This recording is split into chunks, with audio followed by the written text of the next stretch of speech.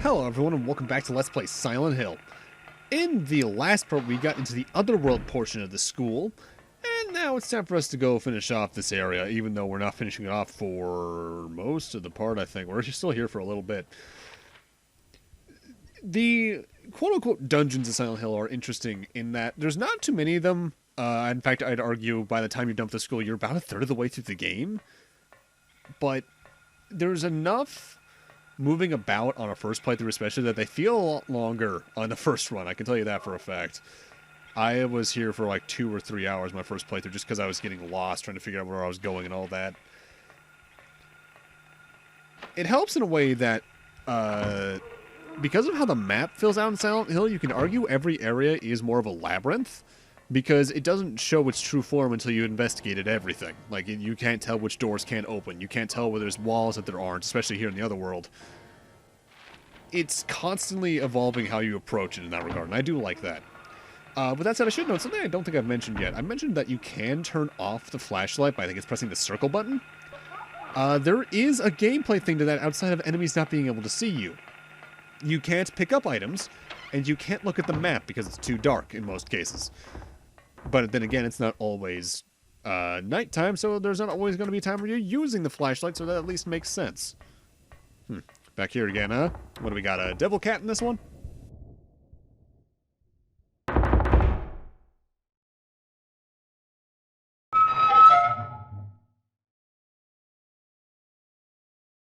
Nothing inside, except a lot of blood.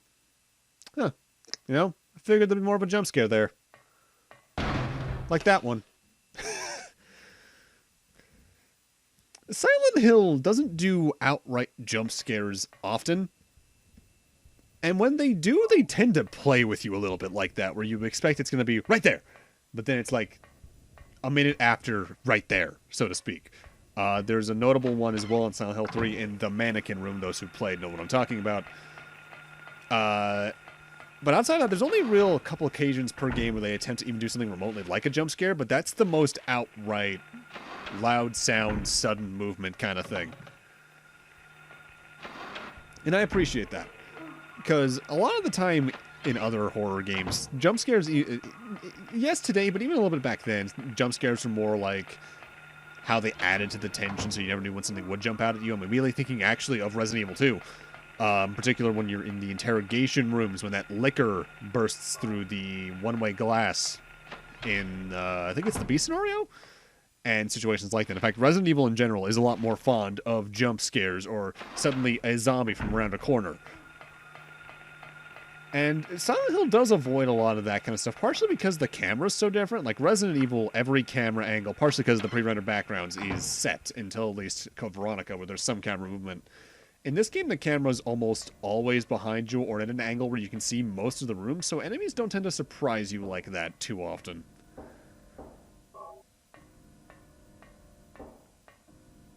And over here, we got a book. What's this? The Monster Lurks is the book's title. Chapter 3, Manifestation of Delusions. Poltergeists are among these. Negative emotions, like fear, worry, or stress, manifest into external energy with physical effects. Nightmares have, in some cases, been shown to trigger them. However, such phenomena do not appear to happen to just anyone, although it's not clear why adolescents, especially girls, are prone to such occurrences. Weird. Wonder why they'd be bringing that up. Wink. And I believe in this room as well we have another book to read. What do we got here? Hearing this, the hunter armed with a bow and arrow said, "I will kill the lizard." But upon meeting his opponent, he held back, taunting, "Who's afraid of a reptile?" At this, the furious lizard hissed, "I'll swallow you up in a single bite." Then the huge creature attacked, jaws opened wide. This is what the man wanted. Calmly drawing his bow, he shot into the lizard's gaping mouth. Effortlessly, the arrow flew, piercing the defenseless maw. And the lizard fell down, dead. This is from an old fairy tale. I remember reading it as a kid. I'm sure that's going to be important in some way. In fact, I'd argue that's one of the most important little bits of knowledge in the game. At least in terms of the short term. Because Silent Hill doesn't tend to at least until the later games, put stuff at the beginning of the game that's not super useful until the end of the game. Sometimes there's an item you get earlier on that's not used until way later. In fact, this game does that in at least one case. But it's namely like, I'm thinking Homecoming foreshadows a lot of stuff. 3 does a lot of foreshadowing. 2 does a little bit. Silent Hill 1, at least gameplay-wise, doesn't foreshadow nearly as much as the later games. Compared to the later games, where things get a little more psychological, Silent Hill 1 plays things relatively straight. There's still, like, some psychology and symbolism and all that, but the later games go a lot heavier with that.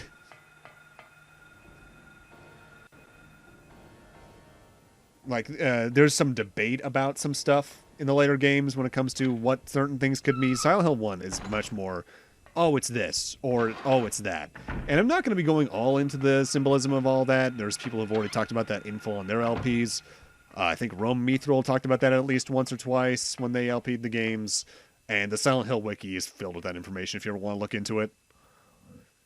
But if you're new to the game, I don't recommend doing that until you've beaten it or watched the entirety of this LP, because it'll ruin some of the stuff going on. Not like my relatively nonplussed way of playing this isn't doing that in some regards as well. Now, that door right there that we just went through, you want to go save before you go down here, because we're coming up on the boss fight for the school. And it's arguably the most dangerous boss fight in the game. More on why in a few moments. Make sure you grab the shotgun shells. They're going to be very key. And there's also another ampule here. I think that's 2 out of like the 4 or 5 total. There's, again, not too many of those throughout the game. Now, we're coming up on what's arguably one of the most annoying puzzles in the game, even though it's relatively straightforward compared to a lot of the other ones, which are more like riddle in nature. This is one of the few, like, you can eventually brute force it puzzles in the game. In this next room, we're going to have 2 valves that you can rotate left or right. They control more or less like subway entrance things over there that open little T-bars. Each of them have 3 sides surrounded.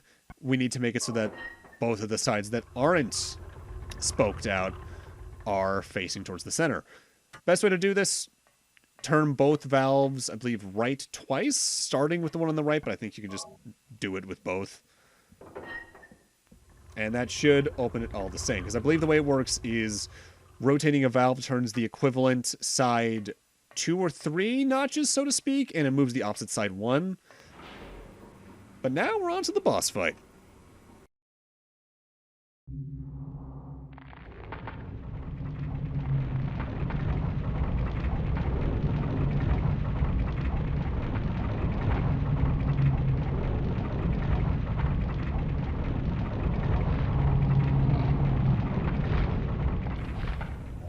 Boss fight for the school is Splithead, the lizard, as spoken in that dialogue. It only really got one attack, at the moment at least. It'll lunge at you and do some damage.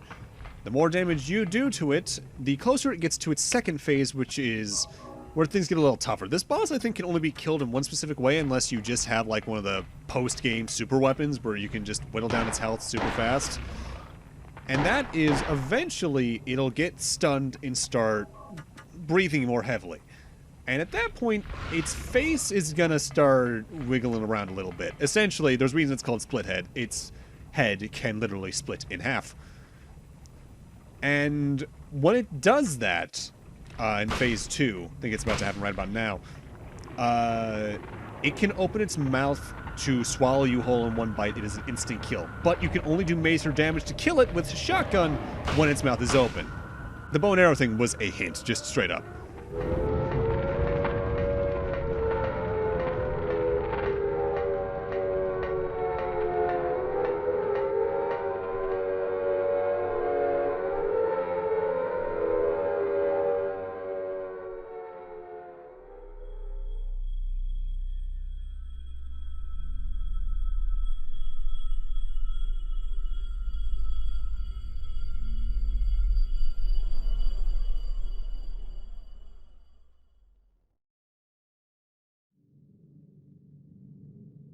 Huh? What was that? Who in the hell was that? Where am I? This is a boiler room? What is going on here? And unlike our first trip to the boiler room earlier on, there's now a key on the floor that you need to grab, so make sure you do it. Also, I should know, there's going to be some minor inconsistencies once we go through this door with my bullet count. The way I record, for those who don't know, I record a lot of my LPs in bursts, so I'll do like a 20-minute session, then another 20-minute session, just so I don't like get a lot of desync or a lot of frames lost.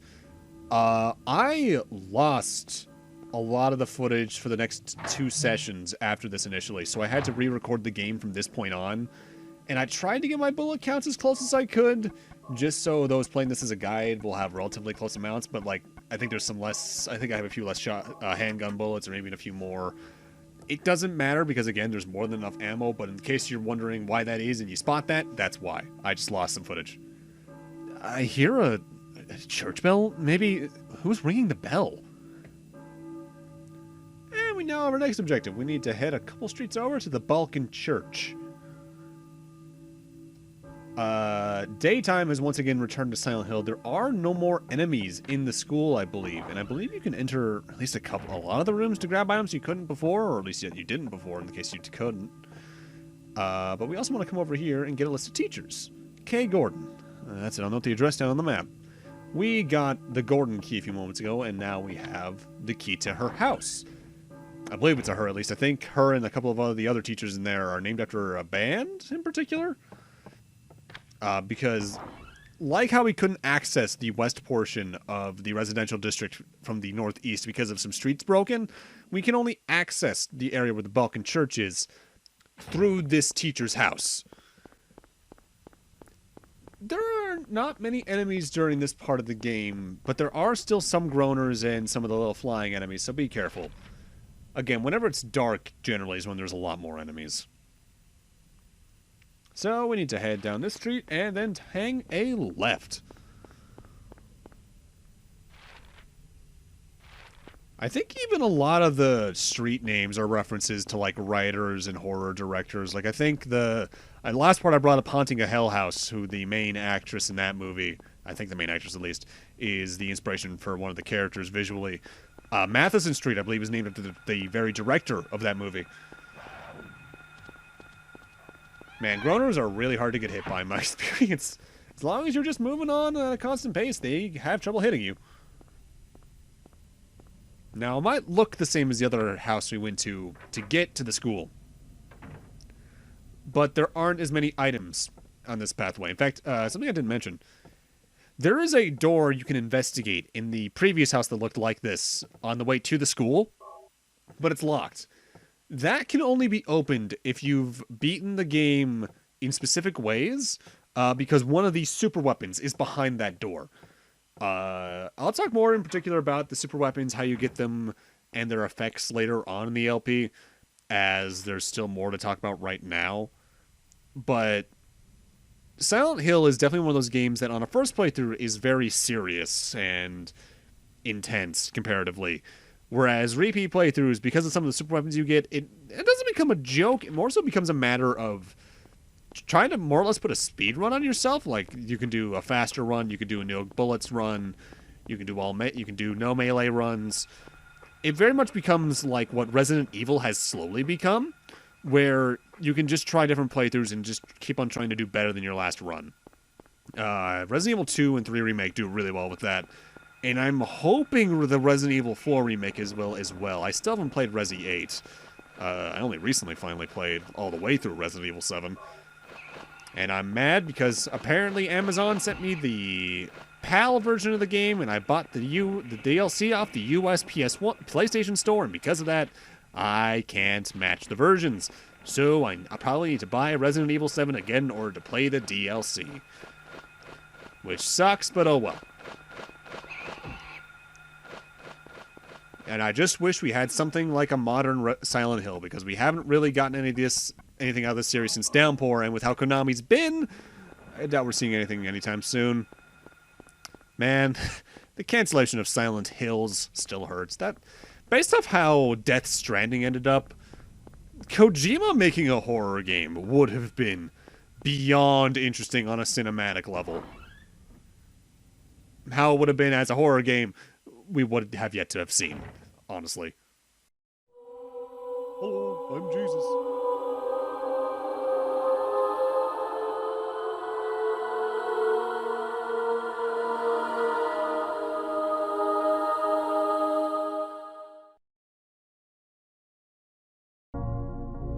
Were you ringing that bell?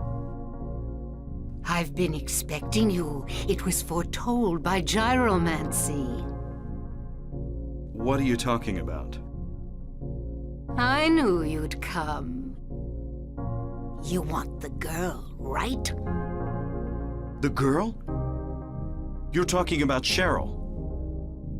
I see everything. You know something. Tell me.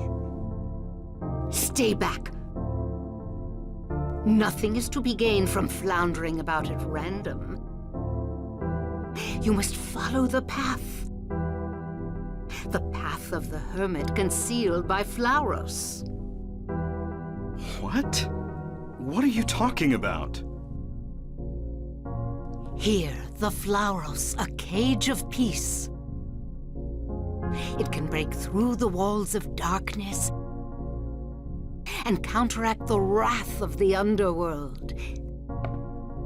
These will help you. Make haste to the hospital before it's too late. Wait! Don't go yet!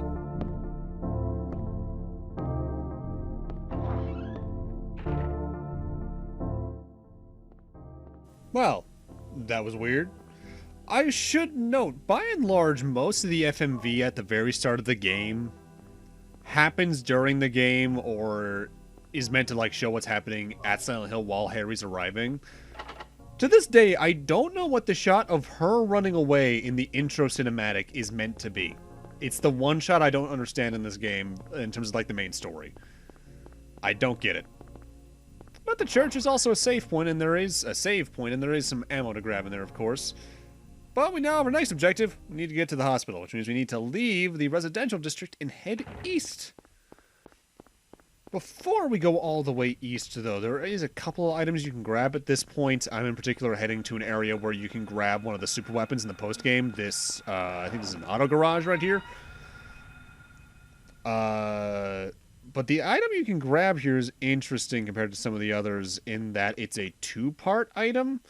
I forget. I think it's at the gas station near the start of the game, or somewhere else. Maybe it's the convenience store. You can find in post-game repeat playthroughs, rather, a gas canister filled with gas, and you can use that on one of two weapons to power them up. And the good thing about the super weapons, I believe you don't have to pick them up again on repeat playthroughs, or at least you don't have to use the gas on those two items again. I kind of forget how that works. Silent Hill as a series, I enjoy the post-game replays of, but I don't find myself doing it as much because, to me, part of the fun is going through the storyline seriously, especially in Silent Hill 2's case. So actively going out of my way to just break the game, while fun, just isn't as appealing to me, at least in this game's case. And that is partially why I prefer Resident Evil, because I find it easier to break the game and go on repeat playthroughs because of the more action-oriented stylings. And if you're getting tired of the Resident Evil comparisons, I'm sorry, they're sort of two sides of one coin in that regard. Like, one's the very popularized action, not very super serious story B-movie, whereas Silent Hill is the much more serious art house horror movie that is filled with symbolism and hidden meanings. And because of that, they get to really easily coexist, in my eyes. And right there we got the shopping district map, because that's where we're heading next. Just need to use the key we got a moment ago on this control panel, and I'll put that bridge in the distance down. The shopping district compared to the residential district is a little more open. There aren't as many pathways cut off, but there's also not as much to do in the area. There's a few areas to explore anyway. And I think it's at this point I technically screw up what I mentioned a part or two ago, where there's a document I can't read later on in the game because I don't do some chain of events. I think you're meant to go to one area I don't over here and read some other document. I forget the exacts. I'll read the document in particular I'm talking about when we get to that part near the end of the game, though.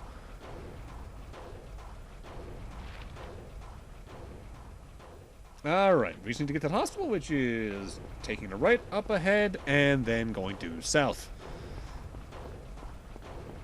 There are a couple of enemies here, and I forget if they're the stronger variants yet. But be careful, especially near the police station. Because that's where arguably the most powerful just roaming enemy on the streets of Silent Hill is, the Rompers. They look like people just kind of like all on all fours and then jumping around. They can pile up the damage real quick, and they're hard to damage themselves without some of the later game weapons. I don't recommend fighting them. Again, I find part of the fun in old tank control Silent Hill or Resident Evil is just avoiding the enemies, because you have to kind of drive whatever character you're playing like they're a car in some regards. And I find that satisfying. But with that, I'm going to need to end this off here. Thank you guys for watching, and in part 5, we're going to start exploring the Alchemilla Hospital. See you guys then.